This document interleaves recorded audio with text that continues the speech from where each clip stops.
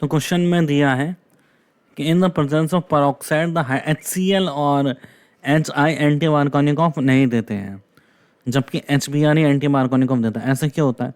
चलिए पहले देखते हैं पेरोक्साइड की प्रेजेंस में क्या होता है। HBr जो है वो पेरोक्साइड की प्रेजेंस में HO फ्री रेडिकल बनता है पेरोक्साइड, और ये बन जाता है H2O plus Br free radical, है ना। ये इनिशिएशन स्टेप है। पेरोक्साइड जो है HOOH ब्रेक होकर देता है 2OH फ्री रेडिकल, है ना। तो HBr से ऐसे रिएक्ट करता है। अब HBr क्या करता है फर्दर, अब प्रोपोगेशन, ये इनिशिएशन है। अब हम बात करते हैं प्रोपोगेशन। प्रोपोगेशन स्टेप में CH3 CH double bond CH2।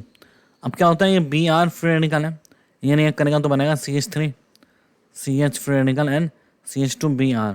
अब इसका डेल्टा H क्या होता है, लेस देन 0 होता है ना। मतलब ये रिएक्शन क्या होती है, एक्सोथर्मिक होती है। एक्सोथर्मिक होती है, हीट निकलती है, अपने आप प्रोसीड होती है, कोई एक्सटर्नल हीट की जरूरत नहीं होती। अब हमें कैसे पता नहीं होती, ये एक्चुअली इनके बॉन्ड एनर्जी से कैलकुलेट की जाती है। आपको इन सबकी बॉन्ड एनर्जी दी होगी और इन सबकी बॉन्ड एनर्जी दी होगी, तो उससे हम निकाल सकते हैं रिएक्शन एक्सोथर्मिक है कि एंडोथर्मिक। ये हमें ऑलरेडी पता होना चाहिए, अदरवाइज बॉन्ड में और वैल्यू याद रख के उसको कैलकुलेट करना थोड़ा सा कॉम्प्लिकेटेड हो सकता है ना, याद रखना कॉम्प्लिकेटेड हो सकता है। अब हम बात करें नेक्स्ट स्टेप पे CH3 CH free radical CH2 Br free radical. इसकी रिएक्शन वापस से हम HBr से करवाएंगे तो हो जाएगा CH3 CH2 and CH2 Br plus Br free radical. अब इस रिएक्शन का भी डेल्टा H क्या है, लेस देन 0 है। तो दोनों स्टेप क्या है हमारे पास, एक्सोथर्मिक।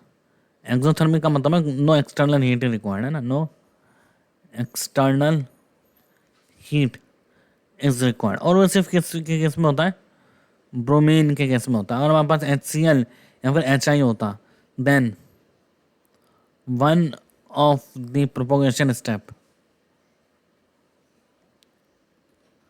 एक प्रोपोगेशन स्टेप क्या होता, एंडोथर्मिक होता। एक प्रोपोगेशन स्टेप क्या होता है, एंडोथर्मिक होता। तो इससे हमारे को एक्सटर्नल हीट की जरूरत है, तो रिएक्शन होती ही नहीं। ठीक है, ये वाली रिएक्शन मतलब यहाँ ये फ्री रेडिकल बनना है ना, ये वाला। इसकी बात करें जो फ्री रेडिकल बीच में बना है ना, इस वाले की बात करें तो यहाँ one of the propagation step is exothermic होता, तो हमारे को ये प्रोडक्ट नहीं मिलता है ना।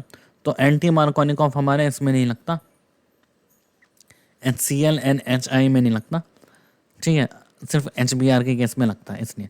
तो इसका आंसर हो गया हमारे पास one of the step is endothermic in both the case, C।